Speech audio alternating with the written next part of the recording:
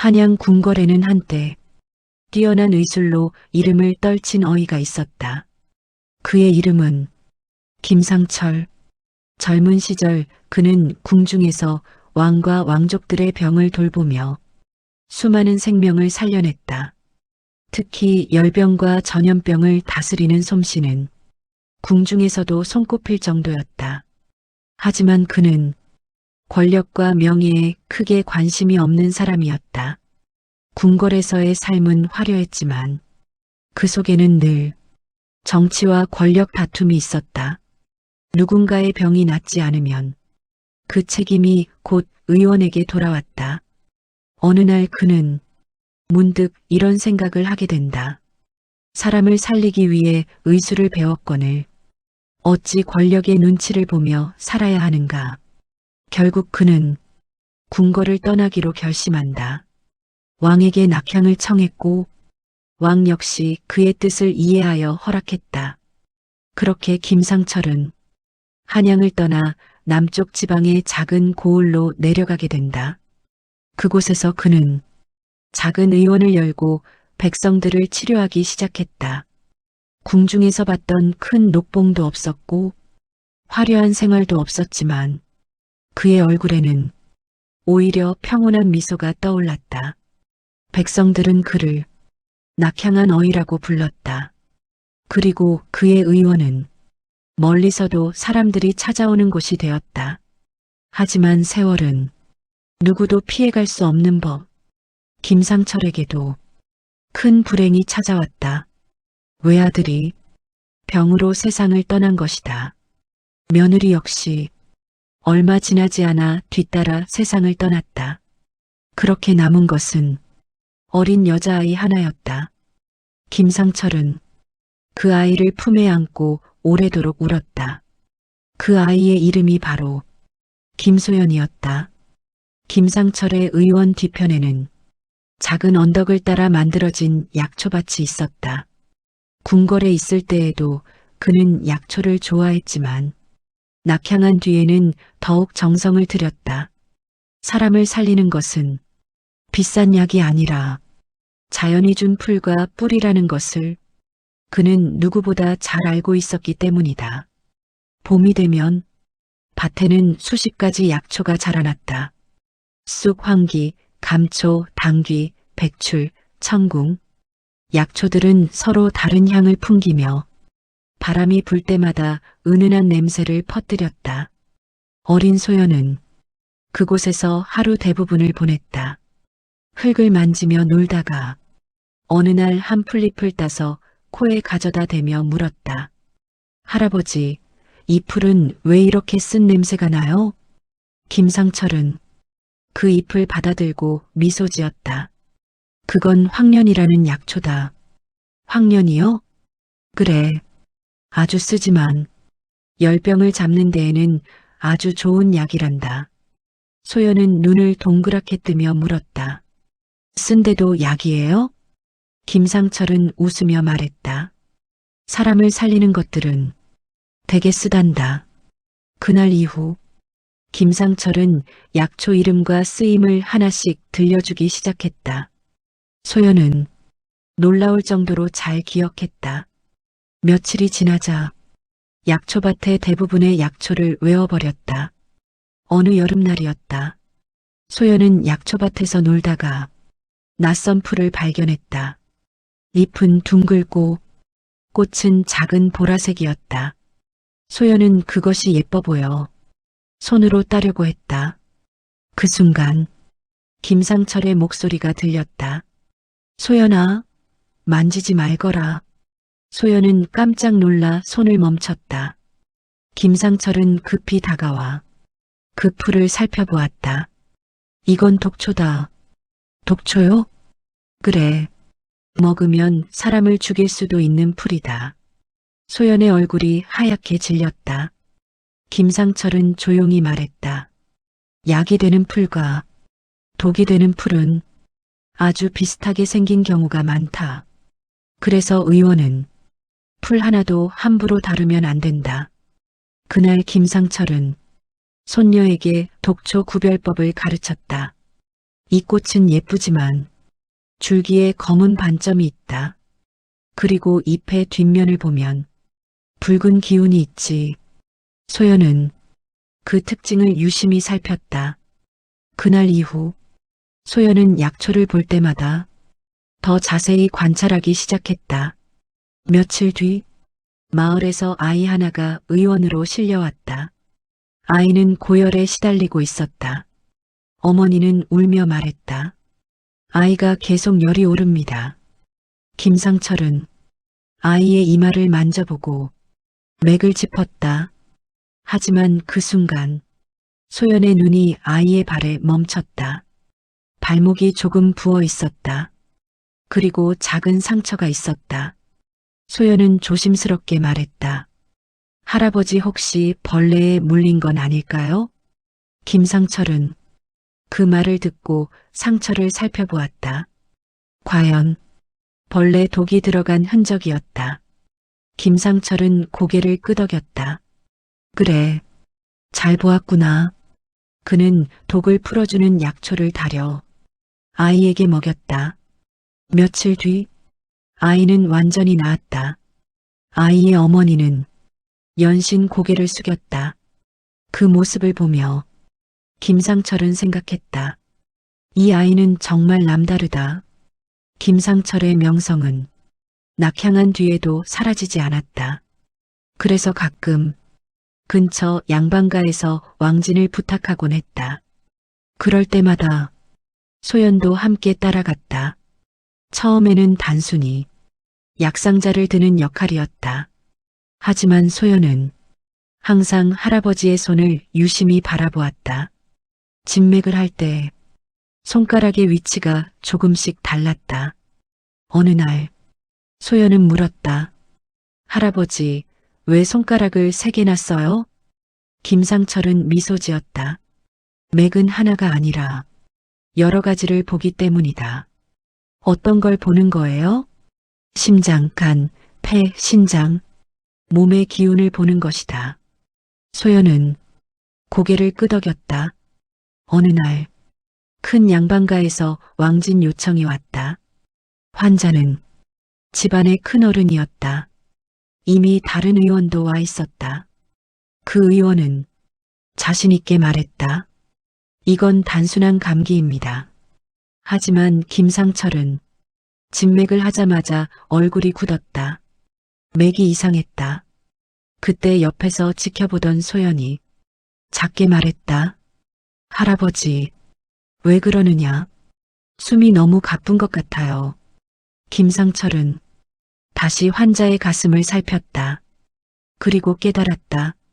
폐에 물이 차는 병이었다. 단순한 감기가 아니었다.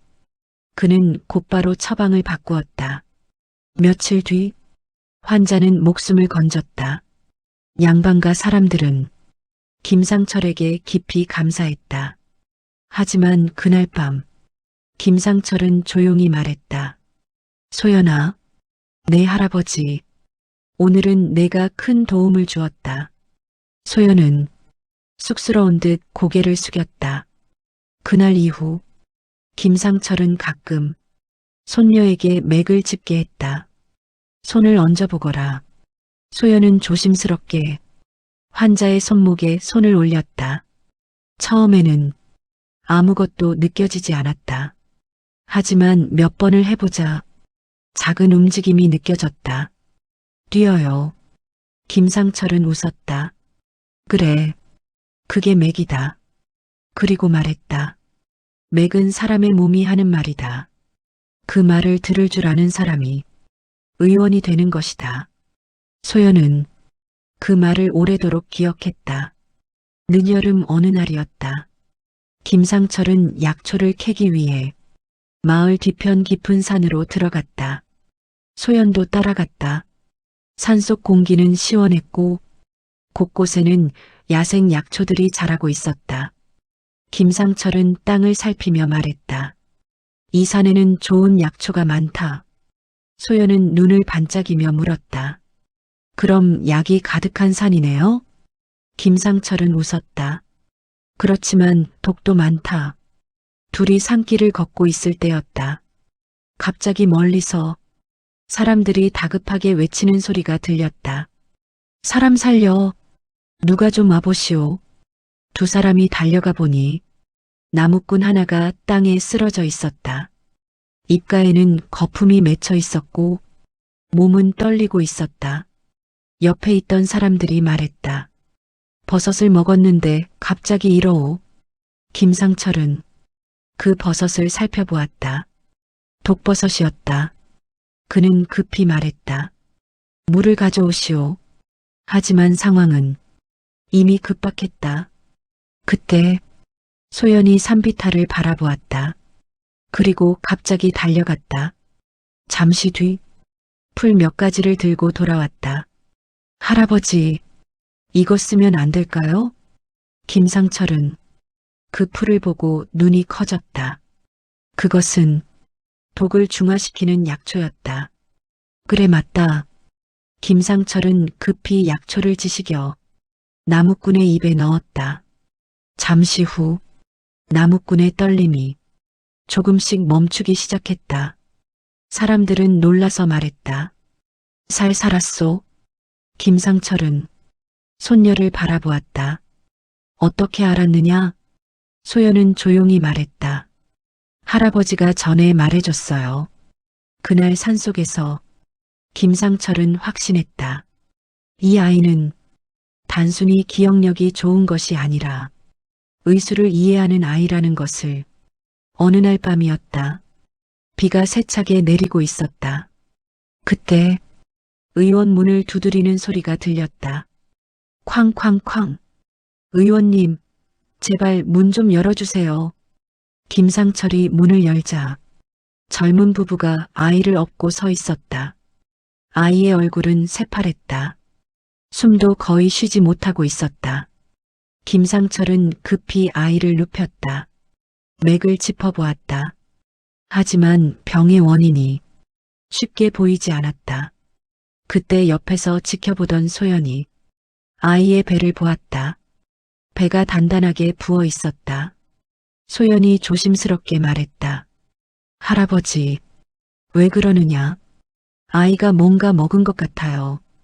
김상철은 아이의 입을 살폈다. 그리고 작은 씨앗을 발견했다. 독이 있는 열매 씨였다. 그는 급히 토하게 하는 약을 먹였다. 잠시 후 아이는 먹은 것을 토해냈다. 그리고 천천히 숨을 쉬기 시작했다. 아이의 어머니는 울면서 말했다. 살았어요. 우리 아이가 살았어요. 그 모습을 보며 김상철은 생각했다. 이 아이는 정말로 의원이 될 제목이다. 어느 겨울밤이었다. 눈이 조용히 내리고 있었다. 소연은 약방에서 약초를 정리하고 있었다. 그때 김상철이 조용히 말했다. 소연아, 내 할아버지 궁궐 이야기를 들어보겠느냐? 소연의 눈이 반짝였다. 김상철은 천천히 이야기를 시작했다. 옛날 궁궐에서 왕께서 큰 병을 앓으신 적이 있었다. 어이들이 모두 모였지만 병을 알아내지 못했다. 궁궐은 공포에 휩싸였다. 그때 김상철은 왕의 식사를 살펴보았다. 그리고 이상한 것을 발견했다. 왕이 매일 먹는 차 속에 들어있는 약재였다. 그 약재는 조금씩 독이 되는 것이었다. 김상철은 곧바로 차를 끊게 했다. 며칠 뒤 왕의 병은 거짓말처럼 나았다. 소연은 놀라 물었다. 그럼 누가 그런 거예요? 김상철은 고개를 저었다. 궁궐에서는 모르는 것이 좋은 것도 있다. 그날 소연은 처음으로 알았다.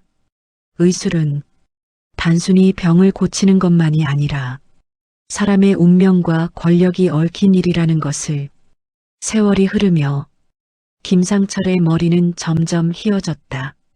어느 날 저녁 그는 손녀를 불렀다.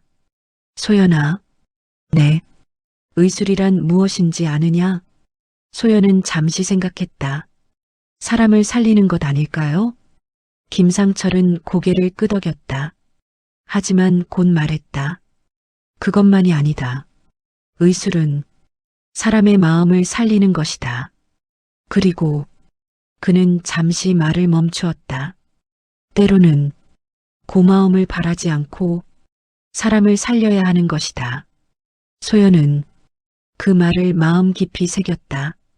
그 가르침은 훗날 그녀가 시댁에서 쫓겨나고 정승과 왕 앞에 서게 되는 모든 순간에 가장 중요한 기준이 된다. 세월은 빠르게 흘러갔다. 어린 소연은 어느새 홍기가 찬 처녀가 되었다. 하지만 그와 동시에 김상철의 몸은 점점 쇠약해지고 있었다. 어느 날 밤 그는 혼자 앉아 깊은 한숨을 쉬었다. 내가 오래 살지 못하겠구나. 그가 가장 걱정한 것은 오직 하나였다. 손녀였다. 조선에서 여자가 혼자 살아간다는 것은 거의 불가능한 일이었다. 그래서 그는 결국 결심했다. 소연을 시집 보내기로. 평소 왕진을 가던 양반가 중 한 집에 홍기가 찬 아들이 있었다. 하지만 그 아들은 총명하지도 않았고 성품도 좋지 않았다. 김상철 역시 그 사실을 알고 있었다. 하지만 다른 혼처를 찾기에는 시간이 부족했다. 결국 그는 마음이 무거운 채로 혼인을 정하게 된다. 혼례 날 소연은 조용히 말했다. 할아버지 걱정 마세요. 김상철은 아무 말도 하지 못했다. 그저 손녀의 손을 꼭 잡았을 뿐이었다. 그리고 얼마 지나지 않아 그는 세상을 떠났다. 김상철이 세상을 떠나자 상황은 곧 달라졌다. 시댁 사람들은 더 이상 소연을 배려하지 않았다. 특히 시어머니는 노골적으로 불평했다. 아들 장가를 잘못 보냈다. 그 말은 소연이 들으라는 듯이 항상 크게 말했다. 소연은 집안의 온갖 일을 맡게 되었다. 새벽에 일어나 물을 길어오고 밭일을 하고 부엌일을 하고 밤이 늦도록 바느질을 했다. 하지만 그녀는 한 번도 불평하지 않았다. 그저 묵묵히 모든 일을 견뎌냈다. 시집살이가 시작된 지 몇 해가 지나지 않았을 무렵이었다. 소연의 시어머니는 갑자기 쓰러졌다. 처음에는 단순한 몸살처럼 보였다. 그러나 하루가 지나자 열이 점점 오르기 시작했다. 둘째 날이 되자 그녀의 몸은 불덩이처럼 뜨거워졌다. 물물 시어머니의 입술은 갈라졌고 숨은 거칠어졌다. 집안은 순식간에 소란스러워졌다. 시아버지는 급히 동네 의원을 불렀다. 의원은 맥을 짚고는 고개를 갸웃했다. 열병 같기도 하고 하지만 맥이 이상합니다. 다른 의원도 불렸다. 그 역시 고개를 저었다. 이 병은 잘 모르겠습니다. 세 번째 의원도 같은 말을 했다. 병의 근원을 알 수 없습니다. 집안에는 불안한 침묵이 흘렀다. 그 사이에서 소연은 아무 말 없이 시어머니의 곁에 앉아 있었다. 그녀는 조용히 시어머니의 맥을 짚어보았다. 손끝으로 느껴지는 맥은 거칠고 불규칙했다. 그리고 무엇보다 몸의 열이 비정상적으로 올라가 있었다. 소연의 눈이 잠시 흔들렸다. 열독이다. 몸 안에 독이 쌓여 열로 번지는 병이었다. 하지만 그 병은 쉽게 치료할 수 있는 병이 아니었다. 그때였다. 남편이 소연을 노려보며 말했다. 내가 뭘 안다고 손을 대느냐. 시아버지도 호통을 쳤다. 가만히 있어라. 괜히 일 벌이지 말고. 그러나 소연은 조용히 말했다. 사흘만 지켜봐 주십시오. 뭐라고? 사흘만 허락해 주시면 제가 치료를 해보겠습니다. 남편은 비웃었다. 내가 의원이냐? 그러나 시어머니의 상태는 이미 위태로웠다. 결국 시아버지는 마지못해 말했다. 사흘이다. 그 안에 낫지 않으면 내 책임이다. 소연은 아무 말 없이 고개를 숙였다. 그날 밤 소연은 마을 뒷산으로 올라갔다.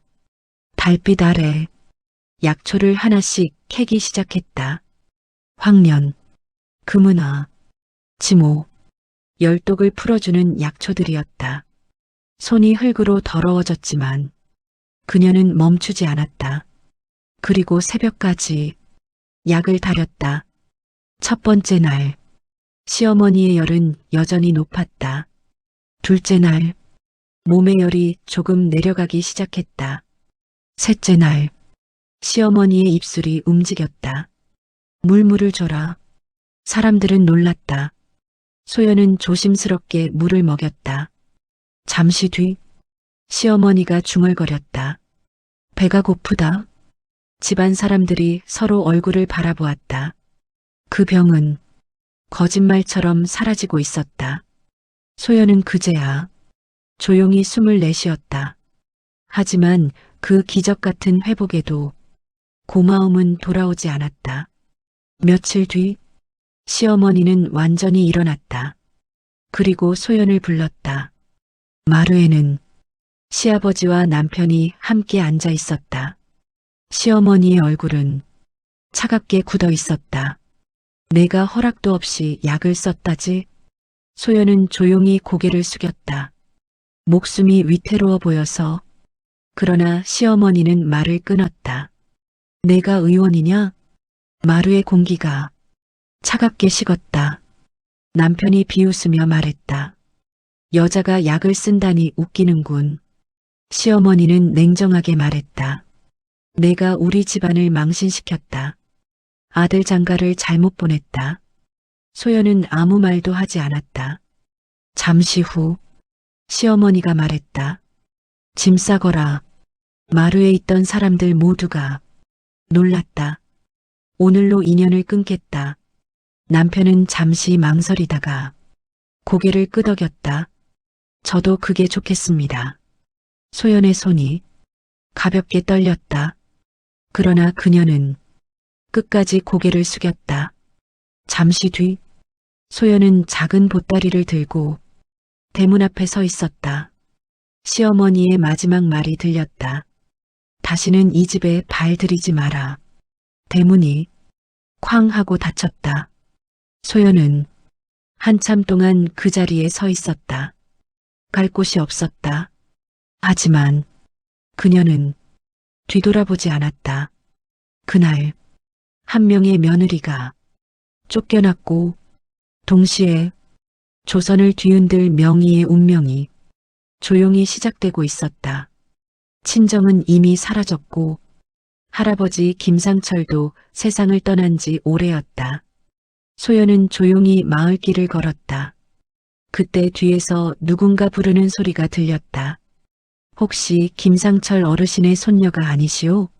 소연이 돌아보니 중년의 의원 한 사람이 서 있었다. 그의 이름은 이도연이었다. 이도연은 평소 김상철을 깊이 존경하던 의원이었다. 그는 조심스럽게 말했다. 어르신께 많은 것을 배우지 못한 것이 평생의 한이었소. 잠시 침묵이 흘렀다. 이도연은 소연의 보따리를 보며 말했다. 혹시 갈 곳이 없소? 소연은 고개를 숙였다. 이도연은 잠시 생각하더니 말했다. 내 의원에서 지내시오. 소연이 놀라 고개를 들었다. 대신 조건이 있소. 제가 할 수 있는 일이 있다면. 이도연은 웃었다. 내 일을 좀 거들어 주시오. 그날 밤 소연은 작은 의원의 방 하나를 얻었다. 그리고 그날부터 그녀의 두 번째 삶이 시작되었다. 처음에는 단순한 보조였다. 약을 다리고 환자를 안내하고 약초를 정리하는 일. 하지만 얼마 지나지 않아 이도연은 놀라기 시작했다. 어느 날 환자가 찾아왔다. 오랫동안 낫지 않는 복통이었다. 이도연은 처방을 고민하고 있었다. 그때 소연이 조심스럽게 말했다. 혹시 음식 때문이 아닐까요? 이도연은 환자의 생활을 다시 물었다. 알고 보니 환자는 항상 상한 음식을 먹고 있었다. 원인을 알자 치료는 쉬웠다. 며칠 뒤 환자는 완전히 나았다. 이도연은 그날 밤 말했다. 당신은 의원이 되어야 할 사람입니다. 소연은 조용히 말했다. 저는 그냥 할아버지 곁에서 어깨 너머로 본 것뿐입니다. 하지만 그 이후에도 소연은 계속해서 정확한 판단을 내렸다. 소문은 빠르게 퍼졌다. 이도연 의원 집에 병을 잘 보는 여인이 있다더라. 처음에는 사람들이 반신반의했다. 하지만 치료받은 사람들은 모두 같은 말을 했다. 정말로 병을 잘 본다. 몇 년이 지나자 그 지방에는 소연의 이름을 모르는 사람이 없게 되었다. 그러던 어느 날 큰 사건이 벌어졌다. 한양에서 내려온 정승 집안에서 사람이 찾아왔다. 정승의 부인이 갑자기 쓰러졌다는 것이다. 복통과 고열이 계속되고 있었다. 궁에서 보낸 어이도 다녀갔지만 병을 알 수 없다며 추위를 지켜보자고만 했다. 그때 정승 집안의 집사가 말했다. 이 고을에 병을 잘 보는 의원이 있다 들었습니다. 정승은 말했다. 데려오라. 며칠 뒤 소연은 정승 집에 불려갔다. 정승은 그녀를 바라보며 말했다. 고칠 수 있겠는가? 소연은 조용히 말했다. 시간이 필요합니다. 얼마나? 한 달입니다. 정승은 잠시 생각하다가 말했다. 허락하겠다. 그날부터 소연은 정성을 다해 치료를 시작했다. 약초를 고르고 탕약을 다리고 몸 상태를 매일 살폈다. 그리고 정확히 한 달 뒤 정승의 부인은 천천히 자리에서 일어났다. 집안은 큰 기쁨에 휩싸였다. 정승은 크게 감탄했다. 이런 의원은 처음 본다. 그는 큰 보상을 내리려 했다. 하지만 소연은 고개를 숙였다. 저는 의원일 뿐입니다. 정승은 그 모습을 보고 더욱 깊이 감탄했다. 얼마 후 궁궐에서 큰 사건이 벌어졌다. 왕세손이 갑자기 쓰러진 것이다. 어이들이 총동원되었다. 하지만 병세는 점점 악화되었다. 세자비는 밤마다 눈물을 흘렸다. 그때 정승이 왕에게 말했다. 전하, 한 사람을 추천하고 싶습니다. 누구인가? 김소연이라는 의원입니다. 왕은 잠시 생각하다가 말했다. 데려오라. 소연이 궁궐에 들어왔을 때 모든 시선이 그녀에게 쏠렸다. 여자 의원이었기 때문이다. 그녀는 조용히 왕세손의 맥을 짚었다. 그리고 말했다. 독입니다. 궁궐이 술렁였다. 음식 속에 아주 미량의 독이 계속 들어가고 있었다. 소연은 독을 빼는 치료를 시작했다. 며칠 뒤 왕세손의 열이 내려가기 시작했다. 그리고 마침내 왕세손이 눈을 떴다. 궁궐은 환호로 가득 찼다. 왕은 소연을 불렀다. 원하는 상을 말하라. 하지만 소연은 말했다. 백성을 치료할 수 있게 해주십시오. 왕은 크게 감탄했다. 그대 같은 의원이 조선에 필요하다. 왕은 그녀를 왕실 의원으로 임명했다. 그리고 정승은 자신의 막내 아들을 소연과 혼인시키겠다고 제안했다. 이번에는 사람들이 모두 축하하는 혼인이었다. 하지만 이야기는 거기서 끝나지 않았다. 정승은 소연의 과거 이야기를 듣게 되었다.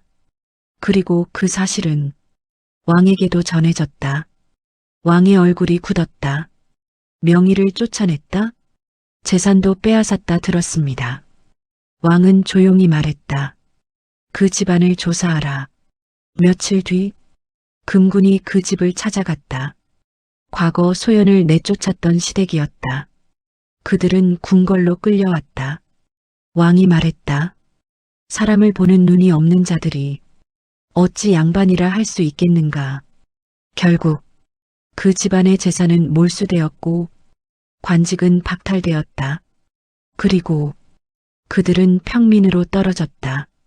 며느리를 내쫓았던 집안은 이제 아무것도 남지 않았다.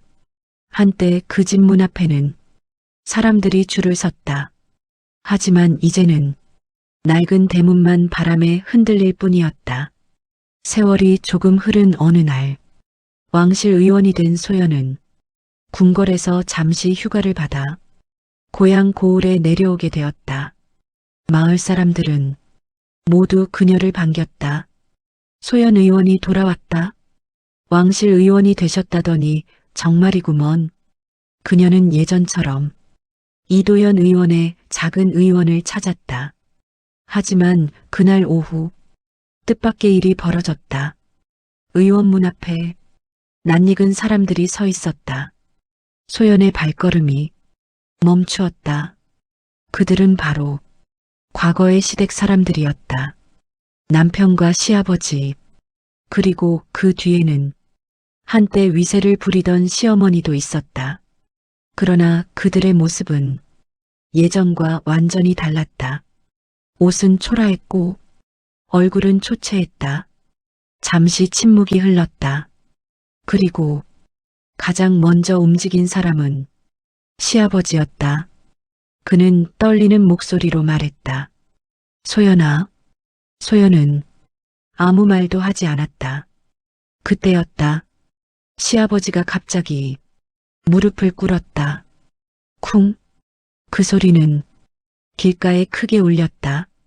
주변 사람들이 놀라 숨을 삼켰다. 뒤에 서 있던 남편도 천천히 무릎을 꿇었다. 마지막으로 시어머니까지 무릎을 꿇었다. 그녀는 고개를 숙인 채 말했다. 우리가 잘못했다. 목소리는 떨리고 있었다. 내 재주를 알아보지 못하고 쫓아낸 죄 용서해다오. 길가에는 무거운 침묵이 내려앉았다. 소연은 한동안 아무 말도 하지 않았다. 그녀의 눈앞에는 과거의 장면들이 스쳐 지나갔다. 대문이 닫히던 날, 쫓겨나던 밤, 갈 곳 없이 걷던 길, 그리고 할아버지 김상철의 얼굴. 잠시 후 소연이 조용히 입을 열었다. 저는 모두가 숨을 죽였다. 이미 오래전에 그 일을 잊었습니다. 사람들이 놀라 서로 얼굴을 바라보았다. 소연은 천천히 말했다. 의술은 사람을 살리는 것입니다. 미움을 키우는 것이 아닙니다. 그녀는 잠시 말을 멈추었다. 그리고 덧붙였다. 하지만 세 사람의 어깨가 더 낮아졌다. 사람을 보는 눈이 없으면 그 대가를 치르는 법입니다. 소연은 그들을 오래 바라보지 않았다. 그저 조용히 돌아섰다. 그리고 의원 안으로 들어갔다. 뒤에 남겨진 세 사람은 한동안 고개를 들지 못했다. 마을 사람들은 그 모습을 바라보며 속삭였다. 세상 일이란 참, 한때는 며느리를 내쫓더니 지금은 무릎을 꿇는구먼. 바람이 천천히 마당을 지나갔다. 그리고 그날 사람들은 다시 한번 깨달았다.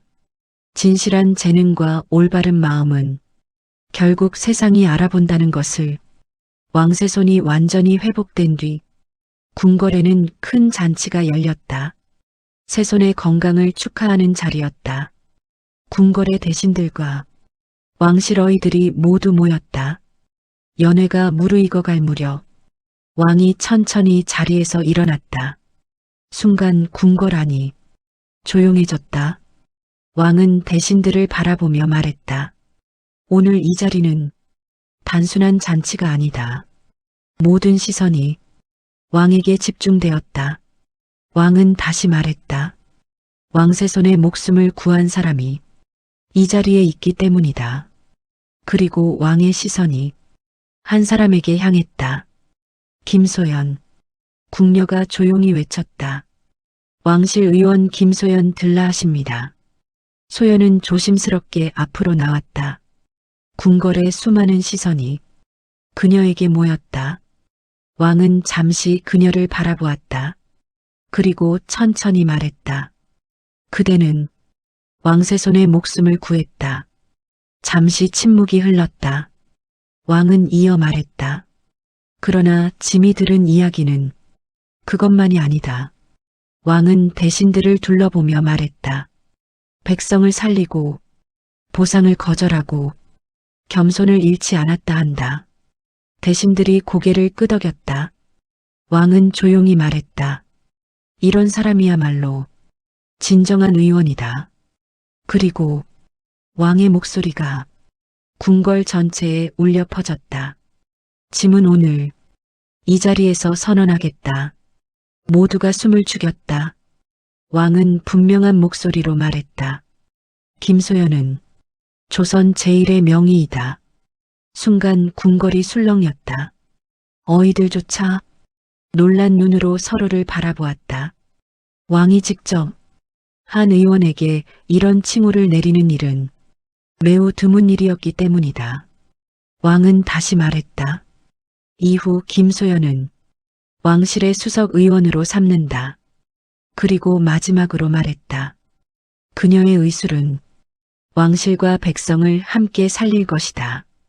궁궐 안에서 큰 환호가 터졌다. 대신들은 일제히 고개를 숙였다. 전하의 명을 받듭니다. 소연은 잠시 말이 나오지 않았다. 그녀의 눈앞에는 많은 장면들이 스쳐 지나갔다. 약초밭에서 뛰놀던 어린 시절, 할아버지 김상철의 따뜻한 목소리, 시댁에서 쫓겨나던 밤, 그리고 갈 곳 없이 걸어가던 길. 잠시 후 소연은 깊이 머리를 숙였다. 전하의 은혜에 감사드립니다. 왕은 미소 지었다. 아니다. 그대가 걸어온 길이 그대를 이 자리로 이끈 것이다. 그날 이후 조선 팔도에는 한 이름이 널리 알려지게 되었다. 왕이 직접 인정한 의원, 백성들이 존경하는 명예, 그리고 한때 대문 밖으로 쫓겨났던 여인. 그녀의 이름은 김소연. 사람들은 그녀의 이야기를 들으며 이렇게 말하곤 했다. 사람의 가치는 처음에는 알아보지 못해도 결국 세상이 알아보는 법이다. 그리고 또 이렇게 덧붙였다. 진정한 의술은 사람의 목숨뿐 아니라 세상의 마음까지 살리는 것이다. 그렇게 한 여인의 이야기는 조선의 전설처럼 오랫동안 전해지게 되었다. 오늘의 이야기가 마음에 남았다면 구독과 좋아요 부탁드립니다. 영상을 제작하는데 큰 힘이 됩니다. 다음에도 가슴에 남는 이야기로 돌아오겠습니다.